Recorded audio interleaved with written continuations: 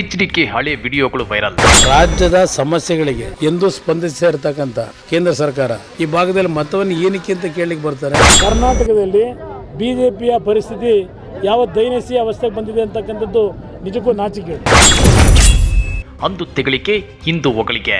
ಪ್ರಧಾನಿ ಮೋದಿಯವರು ಒಂದೊಂದು ಕ್ಷೇತ್ರದಲ್ಲಿ ಇವತ್ತಿನ ಒಂದೊಂದು ಸಭೆಗೆ 10 ಕ್ಷೇತ್ರ 20 ಕ್ಷೇತ್ರಗಳಿಂದ ಜನ ತಂದು ಅವರೇನೋ ಟಾಟಾ ಮಾಡಿ ಹೋಗ್ತಾರೆ ಅಷ್ಟೇ ತಾನೆ. ಅದರಿಂದ ಅವ್ರ ಮುಖ ನೋಡಿ ಜನ ಓಟ್ ಹಾಕ್ತಾರೆ ಅಂತಕ್ಕಂಥ ಭ್ರಮೆ ಅವರಿಗೆ. ನೋಡೋಣ ಅದು ಯಾವ ಥರ ವರ್ಕೌಟ್ ಆಗುತ್ತೆ. ಇದೇನಾ ಜೆಡಿಎಸ್ ಫ್ಯಾಮಿಲಿ ಪಾಲಿಟಿಕ್ಸ್?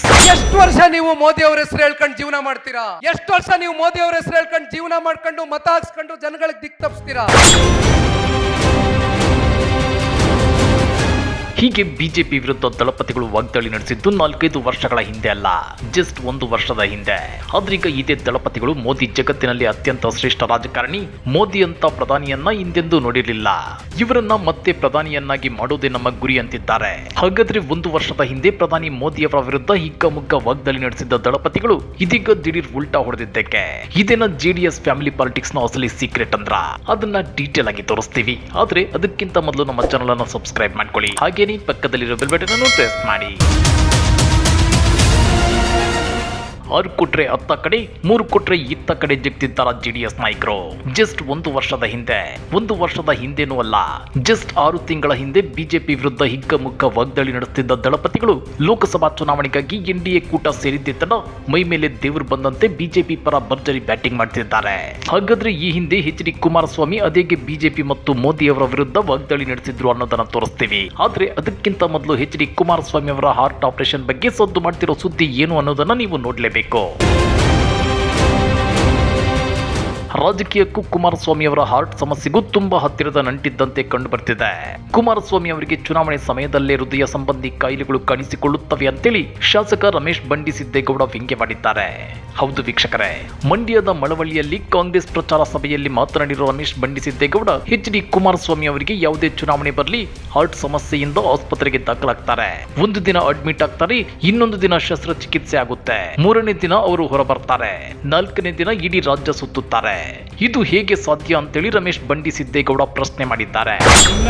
ಏನಾರು ಒಂದು ಚುನಾವಣೆ ಸಂದರ್ಭ ಬಂದ ತಕ್ಷಣ ಹೋಗಿ ಹಾಸ್ಪಿಟ್ಲಿಗೆ ಸೇರ್ತಾರೆ, ಹಾಸ್ಪಿಟ್ಲಿಗೆ ಸೇರಿಸಿ 3 ದಿವಸ ಇರ್ತಾರೆ, ಒಂದು ಹಾರ್ಟ್ ಆಪರೇಷನ್ ಆಯ್ತದೆ, 4ನೇ ದಿವಸಕ್ಕೆ ಇಡೀ ರಾಜ್ಯ ಸುತ್ತಾ ಇರ್ತಾರೆ. ಅದು ಹೆಂಗ್ ಸಾಧ್ಯ ಅಂತ ನನ್ಗೆ ಅರ್ಥ ಆಯ್ತಲ್ಲ. ಇದಕ್ಕೆ ಜೆಡಿಎಸ್ ನಾಯಕರ ತಿರುಗೇಟು ಹೇಗಿತ್ತು ನೋಡಿ. ಜಾಸ್ತಿ ಆಗ್ಬೇಕು, ಯಾವುದೇ ಕಾರಣಕ್ಕೂ ಗೌರವ ತರ್ತಕ್ಕಂಥದ್ದಲ್ಲ, ಅವರ ಹಿರಿತನಕ್ಕೆ ಬಹುಶಃ ಇದು ಶೋಭೆ ತರ್ತಕ್ಕಂಥದ್ದಲ್ಲ ಈ ರೀತಿ ಮಾತುಗಳು. ಇವತ್ತು ನಮ್ಮ ತಂದೆಯವರು ಆಪರೇಷನ್ ಆಗಿರ್ತಕ್ಕಂಥದ್ದನ್ನ ನಾವೇನು ಪ್ರೂವ್ ಮಾಡಬೇಕಾಗಿಲ್ಲ. ಹೀಗೆ ಲೋಕಸಭಾ ಚುನಾವಣಾ ಹೊಸ್ತಿಲಲ್ಲಿ ಎಚ್.ಡಿ. ಕುಮಾರಸ್ವಾಮಿ ಹಾರ್ಟ್ ಆಪರೇಷನ್ ಬಗ್ಗೆ ಎದ್ದಿರುವ ಅನುಮಾನ ಇದೀಗ ಸಾಕಷ್ಟು ಚರ್ಚೆಗೆ ಕಾರಣವಾಗಿದೆ. ಇದರ ಬೆನ್ನಲ್ಲೇ ಜೆಡಿಎಸ್ ನಾಯಕರು ಬಿಜೆಪಿ ಜೊತೆ ದೋಸ್ತಿ ಮಾಡಿಕೊಳ್ಳೋದಕ್ಕೆ ಮೊದಲು ಬಿಜೆಪಿ ಮತ್ತು ಪ್ರಧಾನಿ ಮೋದಿ ಅವರನ್ನ ಹಿಂಗೆಲ್ಲ ಕುಟುಕಿದ್ರು ಅನ್ನೋ ವಿಡಿಯೋಗಳು ಕೂಡ ಇದೀಗ ಸೋಷಿಯಲ್ ಮೀಡಿಯಾದಲ್ಲಿ ಸಿಕ್ಕಾಪಟ್ಟೆ ಸದ್ದು ಮಾಡ್ತಿವೆ. 2023ರ ವಿಧಾನಸಭಾ ಚುನಾವಣಾ ಟೈಮಲ್ಲಿ ಪ್ರಧಾನಿ ಮೋದಿ ಕಲಬುರಗಿಗೆ ಪ್ರಚಾರಕ್ಕೆ ಬಂದಿದ್ರು. ಆಗ ಎಚ್.ಡಿ. ಕುಮಾರಸ್ವಾಮಿ ಅವರು ಮೋದಿ ಅವರ ಬಗ್ಗೆ ಅದೇಗೆ ವಾಗ್ದಾಳಿ ನಡೆಸಿದ್ರು ನೋಡಿ. ರಾಜ್ಯದ ಸಮಸ್ಯೆಗಳಿಗೆ ಎಂದು ಸ್ಪಂದಿಸ್ತಾ ಇರತಕ್ಕಂಥ ಕೇಂದ್ರ ಸರ್ಕಾರ ನಮ್ಮ ನದಿಯ ನೀರಿನ ಹಂಚಿಕೆಯಲ್ಲಿ ಇಲ್ಲಿಯವರೆಗೆ ಮಾಡಿರ್ತಕ್ಕಂಥ ಏನೋ ಒಂದು ನಿರ್ಲಕ್ಷ್ಯದ ಮನೋಭಾವ ಇದೆಲ್ಲ ಇಟ್ಕೊಂಡು ಈ ಭಾಗದಲ್ಲಿ ಮತವನ್ನು ಏನಕ್ಕೆ ಅಂತ ಕೇಳಲಿಕ್ಕೆ ಬರ್ತಾರೆ. ಇವತ್ತು ಕಲಬುರಗಿ ಬಂದಿದ್ದಾರೆ, ನದಿಗಳು ಹರಿತಾ ಇದ್ದಾವೆ, ಆ ನದಿ ನೀರನ್ನು ಉಪಯೋಗ ಮಾಡ್ಕೊಳ್ಳೋಕ್ಕೆ ಅವಕಾಶ ಕೊಟ್ಟಿಲ್ಲ. ಇದು BJP ಆಡಳಿತ. ಇವತ್ತು ನಮ್ಮ ಬಿಜಾಪುರ ನೀರಿದೆ ಕೊಡಲಿಕ್ಕೆ, ಇನ್ನೂ ಹಲವಾರು ಪ್ರದೇಶಗಳು ಇವತ್ತು ಒಣಭೂಮಿಗಳನ್ನು ನೋಡ್ತಾ ಇದ್ದೇವೆ. ಕೆಲಸಗಳು ಮಾಡದೆ ಈಗ ಬಂದು ಭಾಷಣ ಮಾಡಲಿಕ್ಕೆ ಬಂದರೆ ಇವತ್ತು ಜನ ಮೆಚ್ಚುತ್ತಾರೆ. ಕರ್ನಾಟಕದ ಜನರ ಸಮಸ್ಯೆಗಳಿಗೆ ಸ್ಪಂದಿಸದ ಪ್ರಧಾನಿ ಮೋದಿ ವೋಟ್ ಕೇಳೋಕೆ ಅದೇಗೆ ಬರ್ತಾರೆ. ಹೀಗಂತ ಕಳೆದ ವರ್ಷ ಕೇಳಿದ್ದು ಇದೇ ಕುಮಾರಸ್ವಾಮಿ ಅವರು. ಆದ್ರೀಗ ಇದೇ ಕೇಂದ್ರ ಮೋದಿ ಸರ್ಕಾರದ ಜೊತೆ ಎಚ್.ಡಿ. ಕುಮಾರಸ್ವಾಮಿ ಅದೇಕೆ ಕೈ ಜೋಡಿಸಿದ್ರು ಅನ್ನೋ ಪ್ರಶ್ನೆಯನ್ನ ರಾಜ್ಯದ ಜನ ಕೇಳ್ತಿದ್ದಾರೆ. ನಿಮ್ಗೆ ಗೊತ್ತಿರಲಿ, ಕಳೆದ ವಿಧಾನಸಭಾ ಚುನಾವಣಾ ಟೈಮಲ್ಲಿ ಮೋದಿ ಕರ್ನಾಟಕಕ್ಕೆ ಪ್ರಚಾರಕ್ಕೆ ಬರ್ತಾರೆ ಅಂದ್ರೆ ಅದಕ್ಕೆ ಎಚ್.ಡಿ. ಕುಮಾರಸ್ವಾಮಿ ಅದೇಗೆ ಟಾಂಗ್ ಕೊಟ್ಟಿದ್ರು ನೋಡಿ. ಪ್ರಧಾನಿ ಮೋದಿಯವರು ಒಂದೊಂದು ಕ್ಷೇತ್ರದಲ್ಲಿ ಇವತ್ತಿನ ಒಂದೊಂದು ಸಭೆಗೆ 10 ಕ್ಷೇತ್ರ 20 ಕ್ಷೇತ್ರಗಳಿಂದ ಜನ ತಂದು ಅವರೇನೋ ಟಾಟಾ ಮಾಡಿ ಹೋಗ್ತಾರೆ ಅಷ್ಟೇ ತಾನೆ. ಅದರಿಂದ ಅವ್ರ ಮುಖ ನೋಡಿ ಜನ ಓಟ್ ಹಾಕ್ತಾರೆ ಅಂತಕ್ಕಂಥ ಭ್ರಮೆ ಅವರಿಗೆ. ನೋಡೋಣ ಅದು ಯಾವ ಥರ ವರ್ಕೌಟ್ ಆಗುತ್ತೆ. ಹಾಗಾದ್ರೆ ಅಂದು ಕುಮಾರಸ್ವಾಮಿ ಅವರು ಹೇಳಿದಂತೆ ಈಗಲೂ ಕೂಡ ಪ್ರಧಾನಿ ಮೋದಿ ಕರ್ನಾಟಕಕ್ಕೆ ಟಾಟಾ ಮಾಡಿ ಹೋಗೋದಕ್ಕೆ ಬರ್ತಾರೆ ತಾನೆ. ಹೀಗೆ ಕರ್ನಾಟಕಕ್ಕೆ ಬಂದು ಟಾಟಾ ಮಾಡಿ ಹೋಗೋ ಪ್ರಧಾನಿ ಮೋದಿ ಅವರ ಬಿಜೆಪಿ ಜೊತೆ ಎಚ್.ಡಿ. ಕುಮಾರಸ್ವಾಮಿ ಅವರ ಜೆಡಿಎಸ್ ಪಕ್ಷ ಚುನಾವಣಾ ಹೊಂದಾಣಿಕೆ ಮಾಡಿಕೊಂಡಿರುವುದಕ್ಕೆ ಇದಕ್ಕೆ ಕುಮಾರಸ್ವಾಮಿ ಅವರೇ ಉತ್ತರ ಕೊಡಬೇಕು ಮತ್ತು ಮಾಧ್ಯಮ ಪ್ರತಿನಿಧಿಗಳು ಚುನಾವಣೆ ಮುಗಿಯುವವರೆಗೂ ಕುಮಾರಸ್ವಾಮಿ ಅವರಿಗೆ ಇಂಥ ಪ್ರಶ್ನೆಗಳನ್ನ ಕೇಳಲೇಬೇಕು.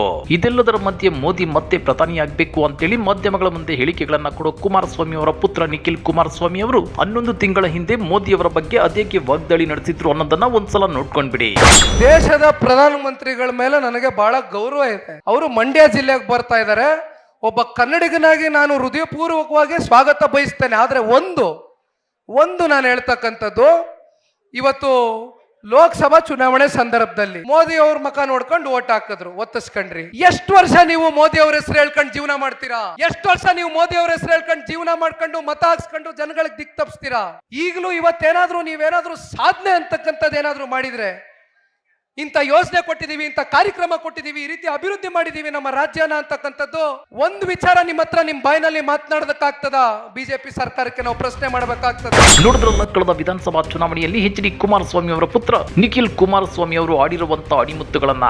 ಎಷ್ಟು ವರ್ಷ ಅಂತೇಳಿ ನೀವು ಮೋದಿ ಅವರ ಹೆಸರು ಹೇಳ್ಕೊಂಡು ಜೀವನ ಮಾಡ್ತೀರಾ? ಅದೆಷ್ಟು ವರ್ಷ ಅಂತ ಮೋದಿ ಹೆಸರು ಹೇಳ್ಕೊಂಡು ಮತ ಹಾಕಿಸ್ಕೊಂಡು ಜನರನ್ನ ದಿಕ್ಕು ತಪ್ಪಿಸ್ತೀರಾ ಅಂತೇಳಿ ಪ್ರಶ್ನೆ ಕೇಳಿರೋ ನಿಖಿಲ್ ಕುಮಾರಸ್ವಾಮಿ ಅವರು ಕಳೆದ 2 ತಿಂಗಳಿಂದ ಎಚ್.ಡಿ.ಕೆ ಜೊತೆ ದಿಲ್ಲಿಗೆ ಹೋಗಿ ಅಮಿತ್ ಶಾ ಮೋದಿ ಅವರನ್ನ ಭೇಟಿಯಾಗಿ ಬಂದಿದ್ದೇನೋ, ಆ ನಂತರ ಮಾಜಿ ಸಿಎಂ BSY ಅವರ ಮನೆಗೆ ಹೋಗಿ ಕಾಲಿಗೆ ಬಿದ್ದಿದ್ದೇನೋ. ಹಾಗಾದ್ರೆ ಇದೆಲ್ಲ ನಾಟಕನ? ಅಂದು ಬಿಜೆಪಿಯನ್ನ ಬೈದಿದ್ದ ನಿಖಿಲ್ ಕುಮಾರಸ್ವಾಮಿ ಅವರು ಈಗ ಅದೇ ಮೋದಿ ಹೆಸರು ಹೇಳ್ಕೊಂಡು JDSಗೆ ಮತ ಹಾಕಿಸಿಕೊಳ್ಳಲು ಮುಂದಾಗಿದ್ದಾರಾ? ಆ ಮೂಲಕ ರಾಜ್ಯದ ಜನರನ್ನ ದಿಕ್ಕು ತಪ್ಪಿಸೋಕೆ ಪ್ಲಾನ್ ಮಾಡಿದ್ದಾರಾ? JDS ನಾಯಕರ 1 ವರ್ಷದ ಹಿಂದಿನ ಈ ಮಾತುಗಳ ಬಗ್ಗೆ ನೀವೇನಂತೀರಾ? ಕಮೆಂಟ್ ಮಾಡಿ, ವಿಡಿಯೋ ಲೈಕ್ ಮಾಡಿ, ಶೇರ್ ಮಾಡಿ. ಇಂಥ ಮತ್ತಷ್ಟು ರೋಚಕ ರಾಜಕೀಯ ಸುದ್ದಿಗಳನ್ನ ಮಿಸ್ ಮಾಡದೆ ನೋಡಬೇಕು ಅಂದ್ರೆ ನಮ್ಮ ಯೂಟ್ಯೂಬ್ ಚಾನಲ್ ಅನ್ನ ಸಬ್ಸ್ಕ್ರೈಬ್ ಮಾಡ್ಕೊಳ್ಳಿ.